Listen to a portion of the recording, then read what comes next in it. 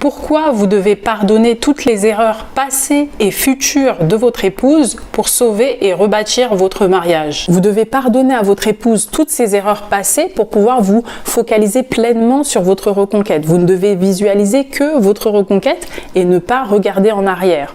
Parce que ça va être dur, votre épouse va se montrer agressive, elle va vous faire passer des tests, elle va être en colère. Donc si à la moindre petite friction, vous repassez, vous recommencez à penser au passé, ah oui, en 1800, elle m'avait dit ci, elle avait fait ça, elle m'a fait subir ci, donc pourquoi est-ce que je me battrais pour mon mariage? Vous allez abandonner et ça, c'est tout à fait normal. Mais le problème, c'est que le lendemain, peut-être que vous allez vous réveiller, vous allez vous dire, mais non, en fait, il faut que je me batte. Donc vous allez faire un pas en avant, 3 pas en arrière, un pas en avant, 3 pas en arrière. Vous aurez l'impression de régresser. Et même au niveau de votre épouse, elle va pas comprendre qu'est-ce qui se passe, un pas en avant, un pas en arrière, elle va être confuse. Donc ce qui va lui pousser à ériger encore plus haut ses barrières défensives, ce qui rendra votre reconquête encore plus difficile. Donc en fait, vous mettez des bâtons dans les roues en fait. Vous mettez en difficulté tout seul.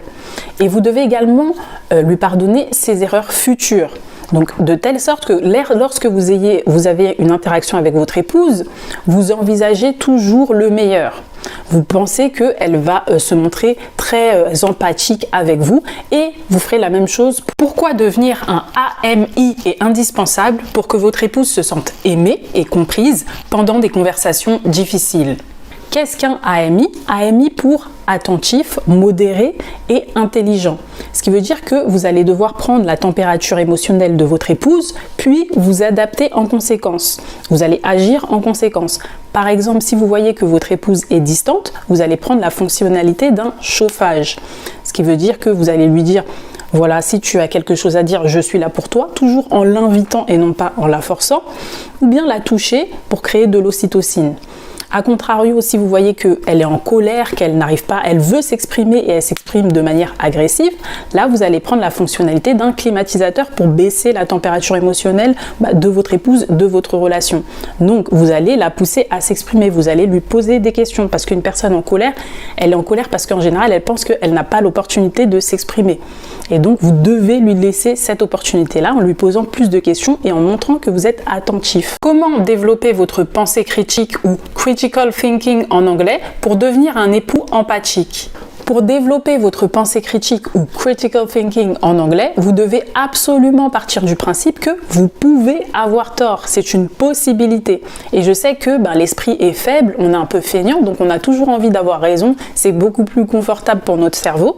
Mais là, il va falloir faire l'effort de chercher la vérité, de se dire que non, j'ai peut-être tort, donc il va falloir que je sois curieux pour aller chercher la vérité.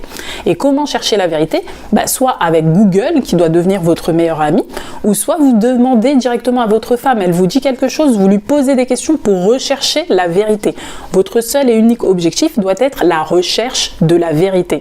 Donc ne vous basez pas sur vos expériences passées, votre cerveau va vous pousser à vous baser sur vos expériences passées et vos émotions passées, donc vous allez avoir l'impression d'avoir raison, or c'est faux.